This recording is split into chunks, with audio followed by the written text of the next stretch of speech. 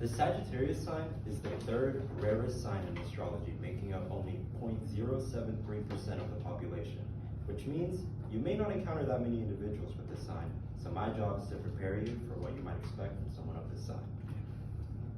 Through my research of the Sagittarius sign, I have found that there is a lot to learn from astrological signs and how they influence your personality.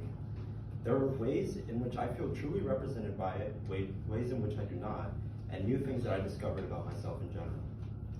The reason why I feel I am well equipped to discuss the ins and outs of being a Sagittarius is because I am one myself. I believe that you could all benefit from listening to my analysis of this sign because you may find that you have gained new insight into any other fellow Sagittarius you may know or meet. So here's an important preview of 3 things I will discuss. The first one being how I feel represented by the Sagittarius sign, the second one being how I am not like your typical Sagittarius, and the third one being new things that I have learned about myself. So as I mentioned, there are many ways in which I truly am represented by the Sagittarius sign. The first way in which I am like my sign is that according to the website I found online called Allure, Sagittarius tend to have no filter when it comes to things that they say.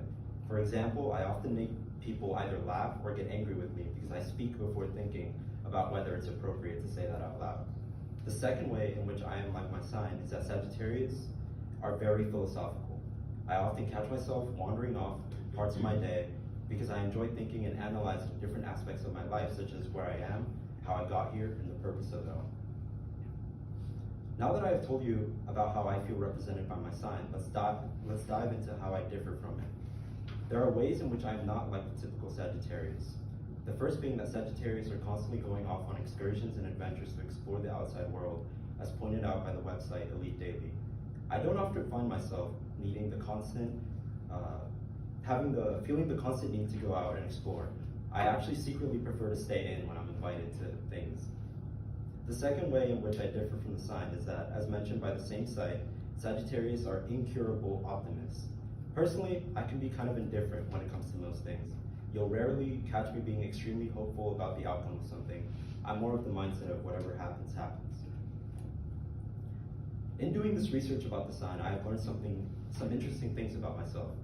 The first new thing that I learned was that Sagittarius can often come off as arrogant or pretentious due to acting like they know everything.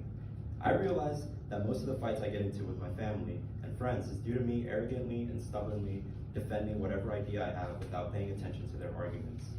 The second new thing that I learned was that Sagittarius have a hard time committing to things.